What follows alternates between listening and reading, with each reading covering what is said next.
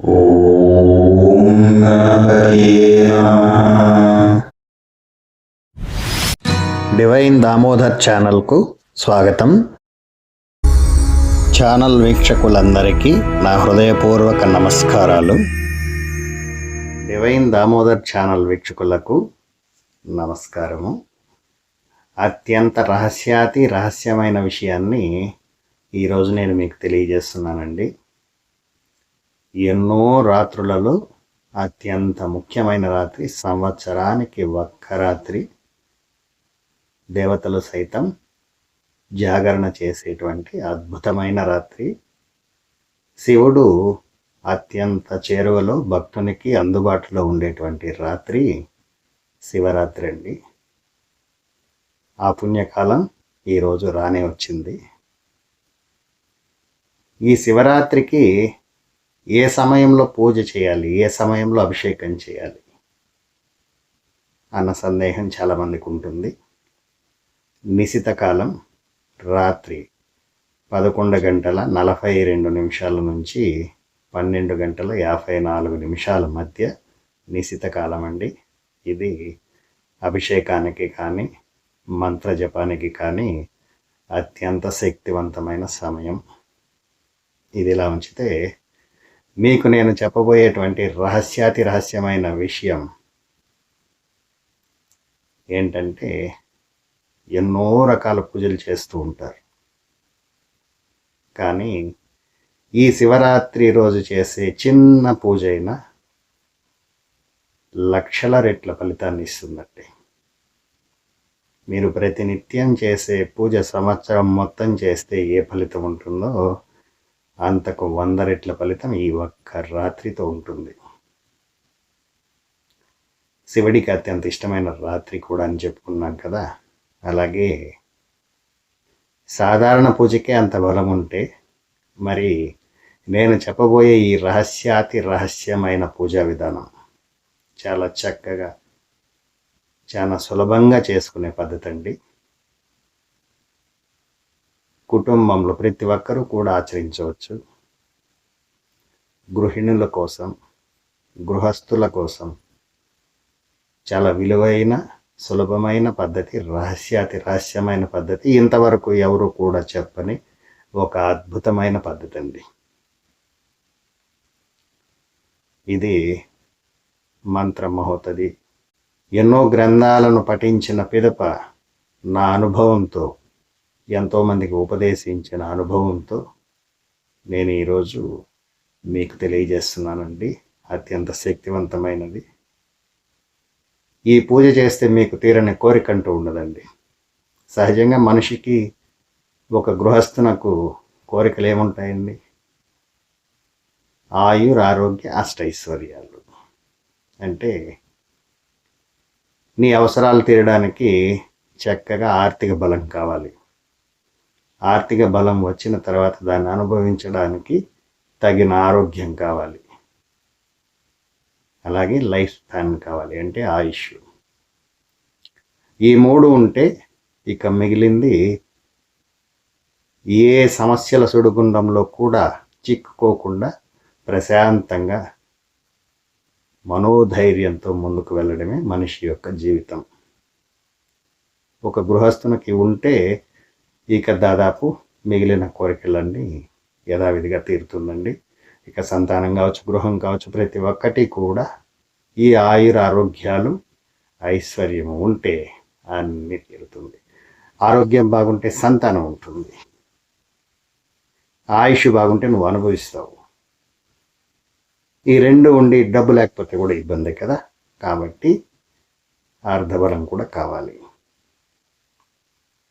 కాబట్టి ఈ 3 ముఖ్యమైన కోరికలు తీరడమే ఒక గృహస్థుని యొక్క లక్ష్యం. కాబట్టి వీటి కోసమే పూజ చేయాలండి. నేను సన్యాస రూపంలో ఉంటాను, నాకు ఏ కోరికలు లేదు, నేను లోక కళ్యాణం కోసం మాత్రమే చేస్తాను అని సాధారణ గృహస్థుడు ఎప్పుడు ఆలోచించడు.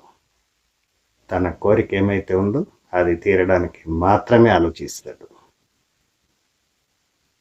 లోక కళ్యాణం కోసం చేసే విధానం అది వేరే, డిఫరెంట్. దాని ప్రస్తావన ఇప్పుడు వద్దండి మనకు. అంత దూరం మనకొద్దు. కాకపోతే ఎన్నో ప్లాట్ఫామ్స్లో, ఎన్నో సోషల్ మీడియాలో, ఎన్నో వీడియోల్లో ఎంతోమంది చెప్తూ ఉంటారు, పూజా విధానం ఇలా చేయాలి, ఇలా చేస్తే మీకు అరిష్టం, ఇలా చేయకూడదు, ఇలాంటివన్నీ చెప్తూ మిమ్మల్ని భయభ్రాంతులు చేస్తూ ఉంటారు. అలా భయపడాల్సిన పని లేదండి. ఏ ఐఏఎస్ ఆఫీసర్ ముందరో లేక ఏ ఎమ్మెల్యే ముందరో మీరు చేతులు కట్టుకుని భయపడుతూ సమాధానాలు ఇస్తారు కదా, అలా కాదు పూజ. కేవలం నీ మనసులో ఉన్న భక్తిని స్వచ్ఛంగా నువ్వు తెలియజేస్తే చాలా దైవానికి. ఇక నువ్వు ఇచ్చుకోవాల్సింది ఏమీ ఉండదండి. మనస్ఫూర్తిగా ఆరాధిస్తే, మనస్ఫూర్తిగా నమ్మితే ఆ నమ్మకమే నీకు శ్రీరామ రక్ష. ఆ నమ్మకమే దైవం దిగి వస్తుంది భూమికి. కాబట్టి నమ్మకము, భక్తి, సుకోమలమైన మనసు, ఈ మూడు ఉంటే పూజకు ఏది ఉన్నా లేకపోయినా ఏ ఇబ్బంది లేదండి.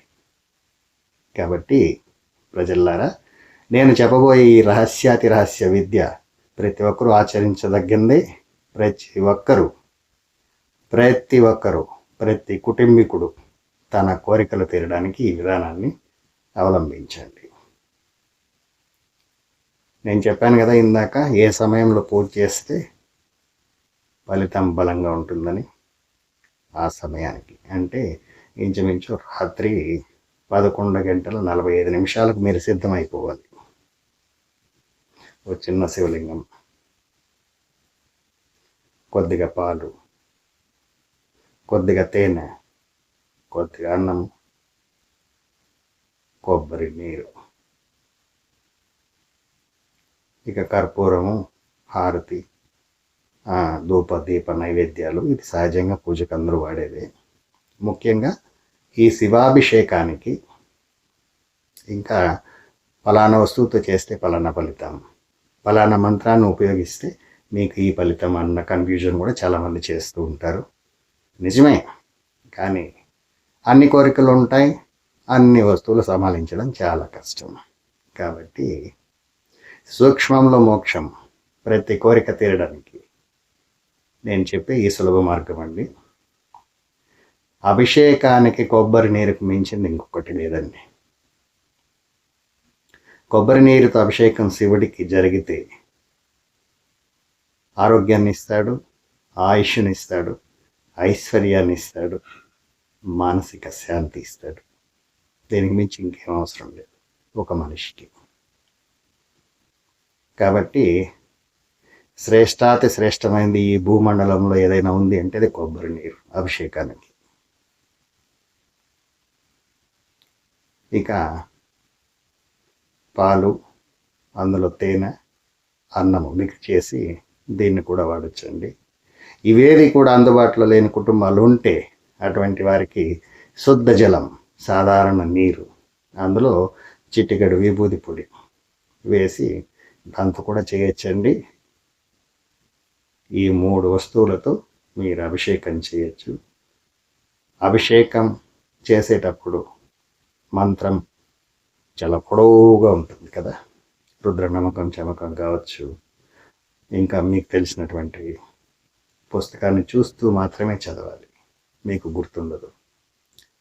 రెండవది, అక్షరాలు మీకు సరిగా రాదు, స్పష్టంగా పలకలేదు, అర్థాలు మారిపోతూ ఉంటాయి. ఈ గోల ఎందుకండి? సులభంగా ప్రతి విషయాన్ని నీకు అందుబాటులోకి తెచ్చే మహామూల మంత్రం ఇది. లఘు మంత్రం, బీజమంత్రం. ఈ బీజమంత్రంలోనే లఘు మంత్రం ఉంది, ఆ లఘు మంత్రంలోనే మహామంత్రం ఉందండి. అన్ని మంత్రశక్తులు ఈ ఒక్క మంత్రంలో ఉంటుంది. అదే మంత్రం అండి, ఓం నమో భగవతే రుద్రాయ హ్రీం నమః శివాయ. ఇది మంత్రం. చెప్పండి, ఓం నమో భగవతే రుద్రాయ హ్రీం నమః శివాయ. శివ మంత్రాల్లో అత్యంత శక్తివంతమైన మంత్రం అండి ఇది. ఇది రహస్యాతి రహస్యం కూడా. ఈ మంత్రాన్ని మీరు అభిషేకం చేస్తూ పఠించండి. అభిషేకం చేసేటప్పుడు మీకు కావాల్సింది ఆయుర ఆరోగ్య అష్టైశ్వర్యాలు. కాబట్టి ముఖ్యమైన కొన్ని ముద్రలు కూడా చెప్తానండి. అభిషేకం చేస్తే వచ్చే ఫలితం, మంత్రంతో వచ్చే ఫలితం వేగంగా మీకు సిద్ధించాలి అంటే, ఇప్పుడు కొంతమంది చేస్తూ ఉంటారు, సంవత్సరాల కొద్దీ చేస్తూ ఉంటారు. శివ పూజ చేయని మహాత్ముడు ఎవరు ఉండరు దాదాపుగా. జీవితంలో అందరూ చేస్తూ ఉంటారు, సంవత్సరాల కొద్దీ చేస్తూనే ఉంటారు. ఫలితం ఏమైనా వచ్చిందా అని మనస్ఫూర్తిగా అడిగితే, బాగున్నవారు, సుఖంగా ఉన్నవారు నాకైతే వచ్చిందంటారు. ఇబ్బందులు పడుతున్నవారు ఏమో అంత దేవుడి ఇచ్చ, నేను చేస్తూనే ఉన్నాను, ఫలితం రాలేదు మనసులో అంటుంది, కానీ బయటకు భయానికి చెప్పరండి. నామోషి కావచ్చు, భయం కావచ్చు, ఇవేది అవసరం లేదండి. ప్రతి ఒక్కరికి ఫలితాన్ని ఇచ్చే ఏకైక మంత్రం ఇందాక నేను చెప్పిన మంత్రం. కొబ్బరి నీరుతో అభిషేకం చేయండి. శంకు ముద్రను పట్టండి చేత్తో. శంకు ముద్ర ఎలా పట్టాలి మీకు స్క్రీన్ పైన చూపిస్తాను, పట్టే విధానం కూడా చూపిస్తానండి. ఈ బొటన వేలుతో, ఈ 4 వేళ్లతో పట్టుకోండి. బొటన వేలును ఇలా మడిచి ఈ మధ్య వేలుకు తాకితే ఇదేనండి శంకు ముద్ర. ఈ ముద్రను చూపిస్తూ, అంటే అభిషేకం చేసేటప్పుడు ఎలా పట్టాలి అన్న సందేహం మీకు వస్తుంది. మీరు జలంతో అభిషేకం చేయండి, మంత్రాన్ని చెప్పండి. చివరిలో అభిషేకం పూర్తయ్యే సమయంలో ఈ శంకు ముద్రను చూపించండి. ఈ శంకు ముద్ర పట్టున్నంతసేపు కనీసం 27 మార్లైనా ఆ మంత్రాన్ని చెప్పండి. పూర్తిగా మంత్రం 108 సార్లు పూర్తి చేయాలండి. అభిషేకము, ఈ ముద్ర రెండు కలిపి కనీసం 108 సార్లకు తక్కువ లేకుండా పూర్తి చేయండి మంత్రాన్ని. మరి 108 కౌంట్ ఎలా? రుద్రాక్షమాలతో తిప్పుకుంటే ముద్ర పట్టలేము, అభిషేకం చేయలేము. మరి ఎలా? అది కూడా సింపుల్ అండి. మీరు పూజకు ముందే 1 నిమిషానికి ఎన్నిసార్లు చెప్పగలరు మీరు మంత్రాన్ని కౌంట్ చేసుకోండి. 8 సార్ల, 10 సార్ల, అలా 15 నిమిషాలు చెప్తే 108 కాదు కదా, ఇంకా ఎక్కువ అయి ఉంటుంది. ఎంత ఎక్కువ చేస్తే అంత మంచిది. 108 చేయాలని కాదు, 108 తర్వాత మీరు ఎంతైనా కౌంట్ చేయండి, అది మంచిదే. కాబట్టి సాధారణ స్పీడ్తో చెప్తే 15 నిమిషాలు మంత్రాన్ని పఠిస్తే ఆ ఫలితం ఉంటుందండి. మీరు ప్రతి సోమవారం కూడా ఈ మంత్రాన్ని, ఈ శంకు ముద్ర పట్టుకుని 108 సార్లు చెప్పండి. మీ జీవితంలో కష్టాలు అనేది మీ దగ్గరికి కూడా రావండి. డబ్బుకు లోటు ఉండదు, ఆరోగ్యంలో ఏమాత్రం ఇబ్బంది ఉండదు. ఇక అకాల మరణం అంటారా, మీ దరిదాపులకు కూడా రాదండి. భూత ప్రేత పిశాచాలు మీ నీడ తగిలితే చాలు పారిపోతాయి. కాబట్టి ఈ మంత్రం శక్తివంతమైంది. ఈ శంకు ముద్ర అత్యంత పవిత్రమైంది, శక్తివంతమైంది. ఇక ప్రత్యేకంగా ప్రతిరోజు ఆరోగ్యాభిలాషులు, అంటే ఆరోగ్యంగా ఉండాలి అనుకునే, అంటే ప్రతి ఒక్కరికి ఆరోగ్యం అవసరమే, కాకపోతే ఆల్రెడీ ఎంతో కొంత దెబ్బతిని ఉంటుంది కదా, అలాంటి వారికి సూర్యముద్ర ఒకటి మీకు అడిషనల్గా చెప్తాను. ప్రతిరోజు 10 నిమిషాలు ధ్యానం చేయండి, ఇదే మంత్రాన్ని పఠించండి. ఈ సూర్యముద్ర అనేది ఈ రింగ్ ఫింగర్, దీన్ని ఇలా మడిచి బొటన వేలు ఇలా పైకి పెట్టి ఇలా 2 చేతులతో పట్టుకుంటే ఇదేనండి సూర్యముద్ర. ఈ ముద్రను పట్టుకొని 10-15 నిమిషాలు ఈ మంత్రంతో ధ్యానం చేయండి, పఠించండి. మనసులో శబ్దం బయట రావాల్సిన అవసరం లేదండి, మనసులో పఠించుకోండి. ఇలా చేస్తే చక్కగా ఆరోగ్యం ఉంటుంది, ఐశ్వర్యం వస్తుంది. సంవత్సరానికి ఒక్కరోజు, శివరాత్రి రోజు ఖచ్చితంగా అభిషేకం చేయండి. అభిషేక జలం ఇందాక చెప్పుకున్నట్టు కొబ్బరి నీరు లేదా గోవు పాలు, అందులో కాస్త అన్నము, తేనె, ఈ 3 కలిపి అభిషేకం చేయొచ్చు. ఇవేది అందుబాటులో లేని వాళ్ళు సాధారణ జలము, అందులో చిటికెడు విభూది వేసి మంత్రం అయితే చెప్పండి, దీంతో అభిషేకం చేయండి. అభిషేకం అయిన తర్వాత యథాశక్తి మీరు ముద్రను పట్టి మీకు ఓపిక ఉన్నంతసేపు 15 నిమిషాలకు తక్కువ లేకుండా ఉదయం వరకు కూడా చెప్పచ్చండి. మీ ఓపికను అనుసరించి ఈ మంత్రాన్ని చెప్పండి.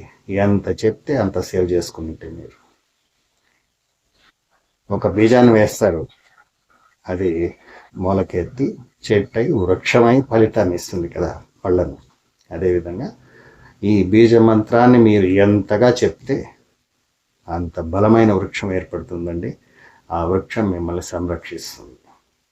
అంటే మంత్రశక్తి, ఆ దేవతామూర్తి యొక్క శక్తి మిమ్మల్ని సదా రక్షిస్తుంది. మీకు కొరత అనేదే లేకుండా చేస్తుంది. ఇది సాధారణ విషయం కాదండి. ఇంతవరకు ఈ ముద్ర పట్టి ఈ జలంతో అభిషేకం చేయమని ధైర్యంగా ఎవరు చెప్పున్నారు మీకు? రహస్యమైంది, చేయండి, సులభమైంది కూడా. ప్రతి ఒక్కరూ ఆయుర ఆరోగ్యాలతో అష్టైశ్వర్యాలతో తులతూగాలనే కాంక్షతో నేను ప్రజల ముందుకి ఇది తెచ్చానండి. అలాగే ఈ పూజ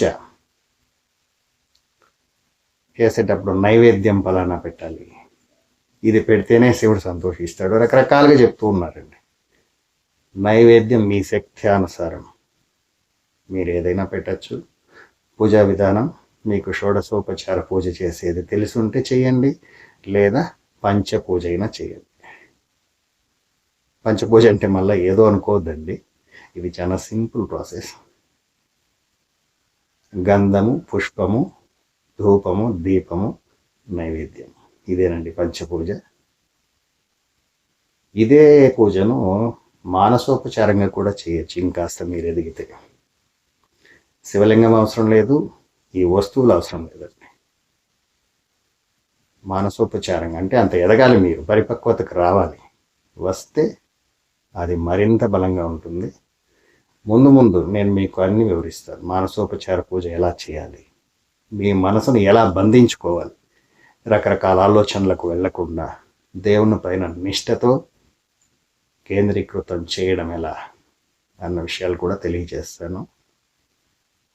ప్రతి ఒక్కరూ ఆనందంతో వర్ధిల్లాలని కోరుతూ సర్వే జనా సుఖినో భవంతు. ఓం నమః శివాయ.